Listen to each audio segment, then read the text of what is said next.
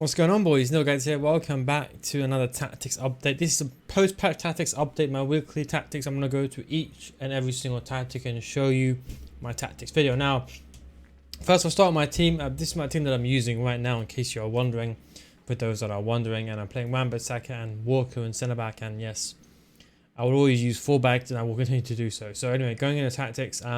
Now, I got rank 1. So the tactics is what I got, but I changed it a bit from last week because what I did is I put the striker on stay forward, get it behind. I was putting it on balance, but I didn't find it to be that useful, so I left it back and get it behind.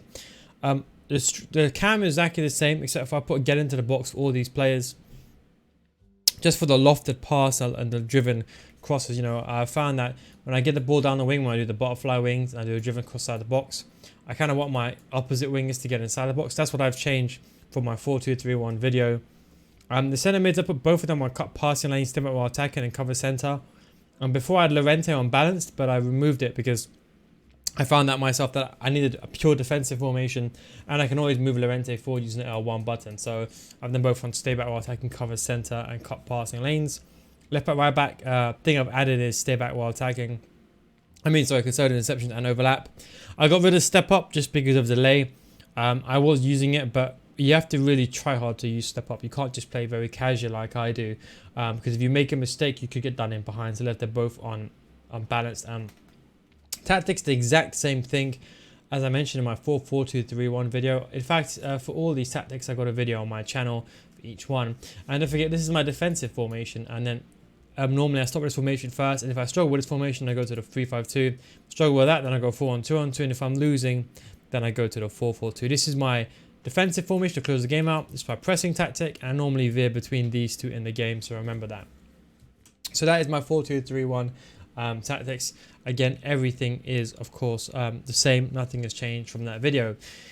3-5-2, nothing has changed as well. We have the exact same thing. I have direct passing. You can use balance if you want to. I've been flicking between balance, direct passing and forward runs. Right now I'm using direct passing. Nothing has changed there. The thing I've done is I moved the striker come back of defense as my left striker as opposed to the right striker. My cams on stay forward, get into the box this time, and both my strikers are on move, getting behind. The reason why is I just prefer in a 3-5-2 for my strikers to be right next to the centre back, so I can get the ball to their feet as opposed to them to make runs in behind. I'd rather trigger that manually myself. So feel free to use them on getting behind if you want to. Left mid and right mid, the exact same thing. Just get into the box for a cross added in, get it behind a conservative, because I want them to be making runs in behind. So when I get the ball with this player, when I'm counter-attacking, I want to lob the ball to the opposite side of the pitch, let that guy run onto the ball.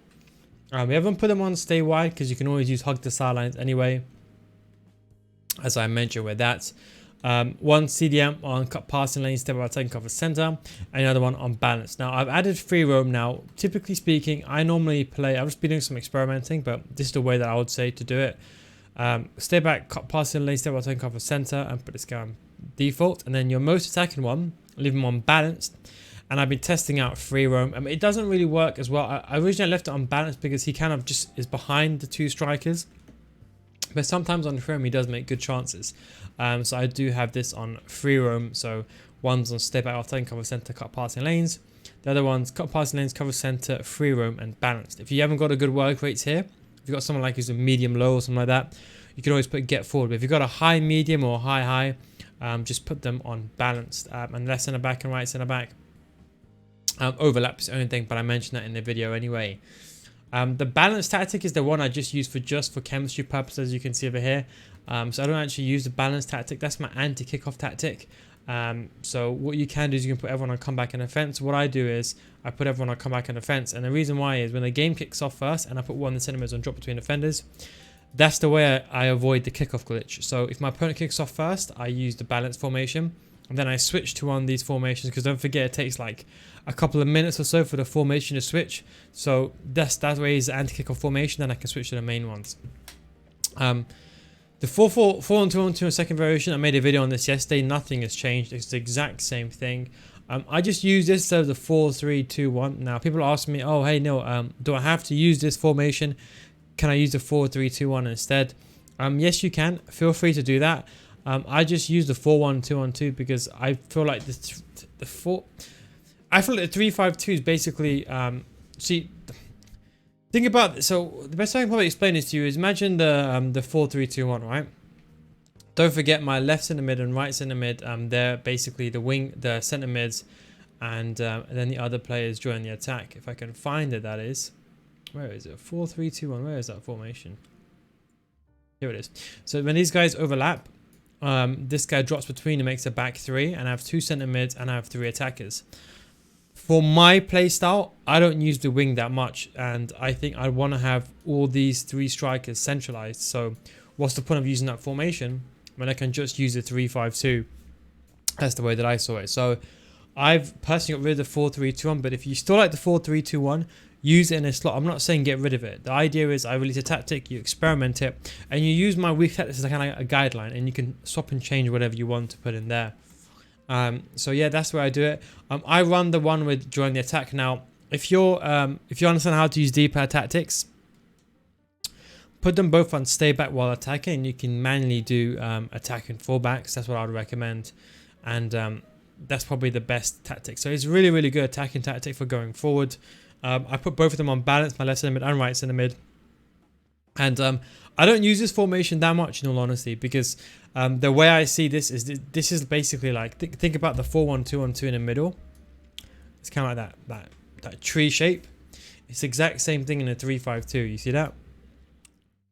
Except for you got a left mid and right mid. So the 4-1-2-1-2 is mainly if I want to go very, very direct. That's the way that I look at it. But I still use it. I got a long ball forward run. So let's say my opponent's playing very, very wide.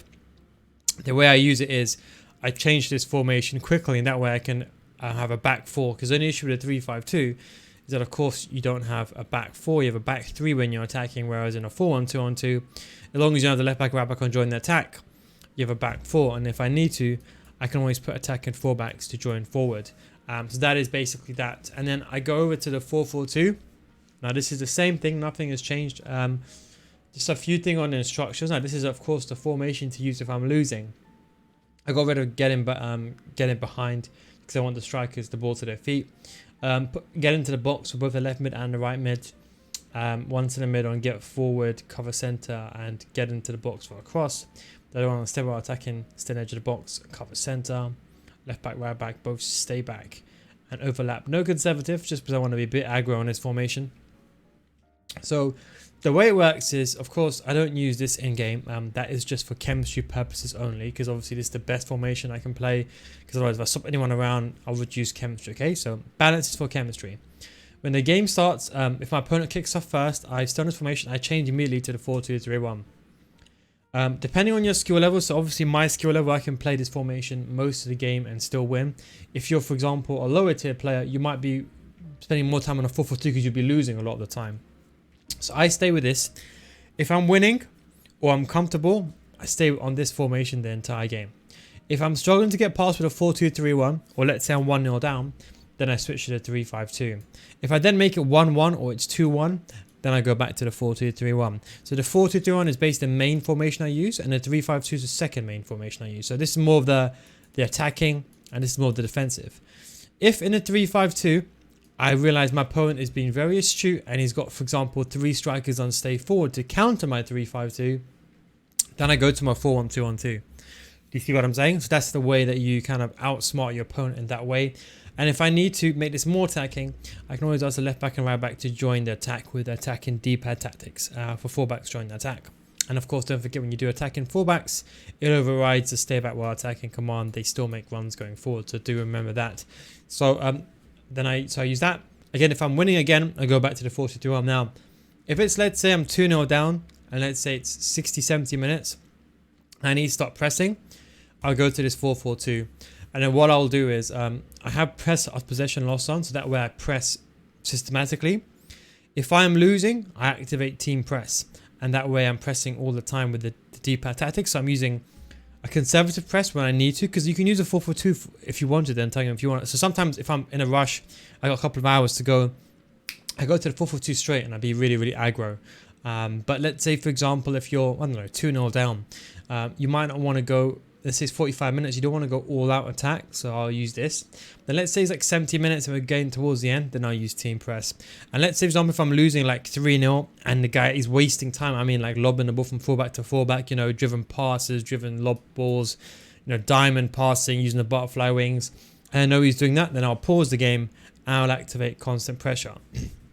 So I'll only really use this formation if I'm losing, or if I want to play aggro. So I spend most of my time in these two formations, and if I'm winning, I'm normally on this formation over here. If I'm losing 1 or 2-0, I'm on one of these two formations.